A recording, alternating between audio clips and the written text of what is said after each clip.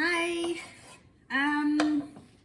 I've been kind of nervous about making this video, and so I decided I'm gonna cook while I make it so that at least I'm not thinking too much while I actually go forward and film this, because it's very personal. Not even sure if it's appropriate to post personal things like this on YouTube channels, and I guess, you know, I can decide that for myself, but if I don't talk about this, maybe the other videos in my channel will not make sense sometimes. And so I wanted to talk about when, well, it didn't actually start when Monsieur died, but especially when Monsieur died, I went through a dark night of the soul. A lot of people go through such things in their life and, you know, they come out of it okay. Some people have spiritual awakenings from that. It's not a fun ride to be on, but it's part of my path, and I want to talk about it so that the other stuff I talk about makes sense. When, about 6 months before Monsieur died, I don't know why, I just started to question the purpose of life altogether. Not just like, what's the purpose of my life, but just like, what's the purpose of life? I didn't know at the time, but that was the beginning of like some existential depression, some kind of existential crisis I was going through.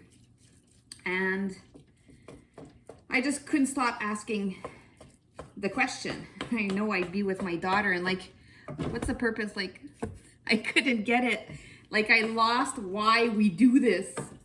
And so I'd been in that state for about maybe 6 months, 5 months maybe, when my dog was diagnosed, and I knew I didn't have much time with him anymore. And for that last month I had with him, I didn't think about like, what's the purpose of life? Everything was focused on my dog. But after he died, and even before, like when I knew he was gonna go, I started really going deep into this crisis, because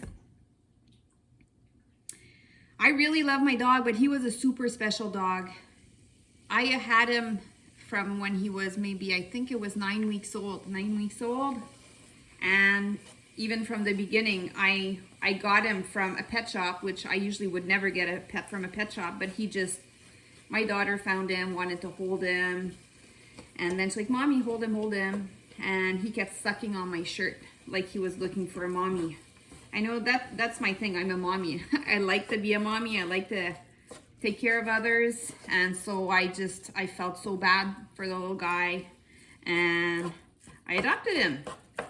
And it was really hard though. I didn't know what to expect from that. I didn't even know he had a real issue before I got him. But he had severe separation anxiety, and that from a very young age. Like, they don't even want to diagnose this condition in puppies because, you know, sometimes it's just they're young, they're not used to things. But yeah, he had severe separation anxiety. And I couldn't go put the garbage out at the curb without him having a full panic attack, and that's how they work. So it wasn't long before after I got him, that I started really focusing on trying to help him overcome his issues. But that never really worked well. It wasn't an easy task. For years, I worked in medication and stuff like that. I took care of my dog. And my whole life became centered around my dog. Now, you have to understand, I'm also a single lady. I've been single for more than 10 years now, before I had my dog. And I'm happy that way. And I take care of my daughter. I take care of my dog and my other family members and stuff like that, you know, and that gives me everything I need to be happy. But in that time I had Monsieur, it was also the phase of my life where my daughter was coming of age and wanted to go out and live her life. And so, like a lot of mothers, especially those that have a lot of meaning and purpose in their role as a mother, that would have been hard. It was hard, but it would have been really hard had it not been for my dog, Monsieur. He needed me so much that it's not that I didn't notice when my daughter left home but I found a lot of comfort in taking care of my dog's needs. I don't work, so I was 24/7 with my dog, trying to take care of him. I have other family members that also need me, and my daughter, you know, she's an adult, but she's always gonna need me, of course. Hey, Ruby. And so, yeah. My whole life became centered around my dog. And this is not a joke.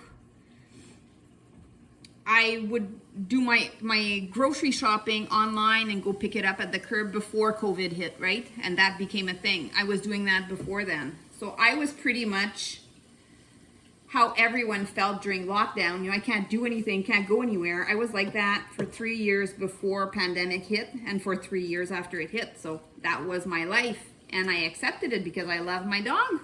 I did all of that so that he didn't have to suffer and have panic attacks. And so you can imagine that when I knew he was gonna leave and die, that was hard on me.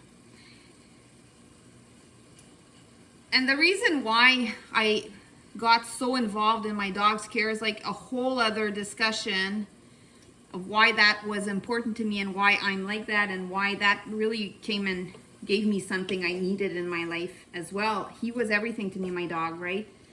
And there's a reason for that. I might talk about that in some other video, but right now I'm trying to focus on where his death led me to. So when he died, all of a sudden, my whole life had no meaning. When you've put all of your conceptual meaning of who you are and what life is into someone or a pet or a person or whatever, a project, a job, whatever, you put all of your meaning into one thing and that thing disappears overnight. You kind of don't know who you are anymore. And life doesn't make sense.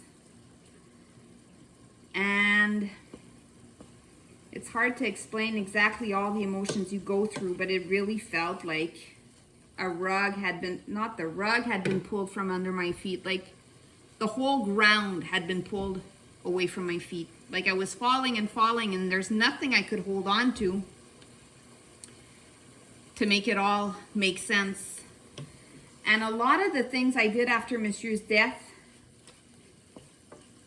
just looked like someone living their life to the fullest now that they gained their freedom back. You know, I went to Mexico, I went to the Monroe Institute, I made some friends in the States, I went to visit them, I'm from Canada, you know, just random people.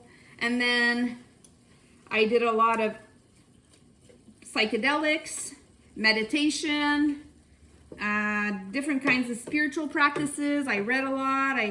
I went to the spa all the time. Like I really needed to feel like I was taking care of myself because that's all I could do in the meantime while I tried to figure out my new normal.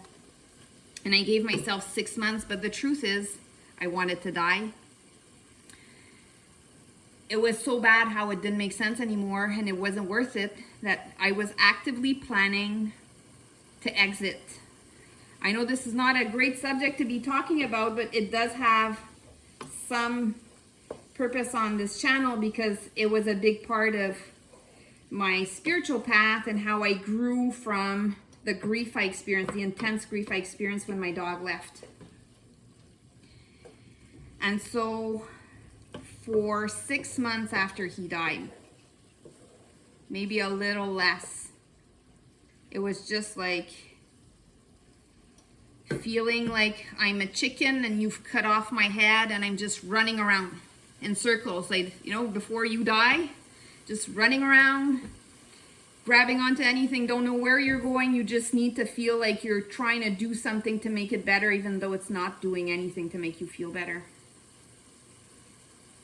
And so the stories you're going to hear that I'm going to share on this channel, that's what's going on. I'm not just some crazy person doing full of things and being so intense with all of this. It was a part of that phase of me in my dark night of the soul. And sometimes I'm going to smile when I talk about this stuff because I look back at it and some of these things are, you know, odd or a bit crazy or whatever. But when I was living them, it was not funny. Actually, even the ayahuasca experience I shared in my last video, it was not funny. Like, after I had the bad trip, the first night of the first ceremony, ayahuasca ceremony, I thought, well, that's it. I'm going home and I'm not even going to wait the 6 months I promised myself to wait, right? I was that depressed about the whole situation and that it didn't help me get closer to my deceased dog or figure out the meaning of my life. And so after that, there are going to be other things I'm going to share. That's how I was feeling inside. That's what I was going through. And something happened 5 months after my dog died. This was around New Year's. I had a DMT trip. It was not a good trip either, but that trip got me out of my dark night of the soul, and I started my healing process starting then. So if you're curious, I'm gonna tell you to stay tuned because the story's coming too, the LSD. That was the DMT experience. I had a couple of them, but one of them saved my life. And so the dark night of the soul was basically that for me. It was linked to my dog's death, an intense sense of grief, but also finding there was no more meaning to why I'm here. Not just because I loved him so much, but because it had already started before. What's the purpose of this? And I'm not going to say I found the answers to found all the answers. I found some answers through my spiritual path, but yeah, all of that really helped. The pain, the suffering helped me uncover some truths I probably never would have gone looking for. So I hope you enjoyed this video and that explains things about the dark night of the soul, what it is.